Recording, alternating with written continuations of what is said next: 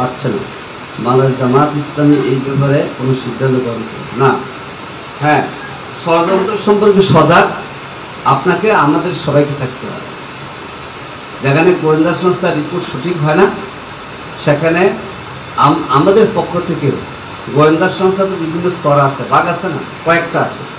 আপনাদের বক্তব্য আপনারা পাঠাবেন, এগুলি আবার মিলায়, তখন ওই গোয়েন্দা সংস্থা যদি সঠিক রিপোর্ট না দেয় তারাই দায়ী হবে।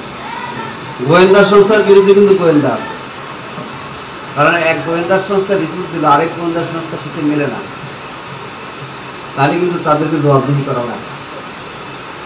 এই জন্য চিন্তা করেন না। ষড়যন্ত্র শুরু হয়েছে প্রথমত সংখ্যালঘু দিয়া, এটা মাটিয়েছে। পরে শুরু হয়েছিল যে দিয়া, ওই যে বিচার কূপ, এটা শেষ হয়েছে।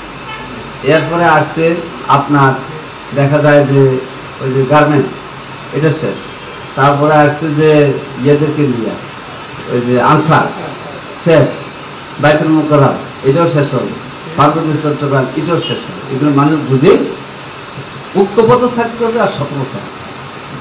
যেমন প্রশাসন আমাদের দুশ্মন না, কি বলে, কিন্তু প্রশাসনের যে লোকেরা অন্যায় করছে, আমি আর আপনি যদি অন্যায় করে বিচারের মুখোমুখি হতে হয়, তো প্রশাসনের লোকেরা অন্যায় করলে বিচার হবে না, কিন্তু বিচার আমরা হাতে তুলে নেব না। আমি জামাতে এটা বলতেছি, বিচার আমরা হাতে তুলে নেব না, কিন্তু বিচার হইতে হয়। আমাদের নেতারা দেশে ছিল, ফালাই না, হাসি খুশিতে বরণ করে গেছে। আওয়ামী লীগের নেতা তো পালিয়ে গেছে এবং ভারতে পালিয়ে গিয়ে মরতেছে আবার। এই লানটার দরকার ছিল কি তাদের? মানুষ মনে করে যে আগে তো বলতো মানুষ যে আওয়ামী লীগের বাড়ি ভারত, আসলে তো ঠিক, পালাবেন কেন? বিচারের মুখোমুখি হয়।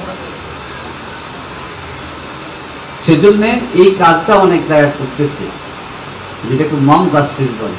আপনি আবেগ উচ্ছ্বাসে একজনকে দড়ি পিটাইয়া জামিলা ফেলা যাবে, এটা ঠিক, এটা ইসলাম অনুমোদন করে না, আমরাও এটা সমর্থন মোটেই করি না।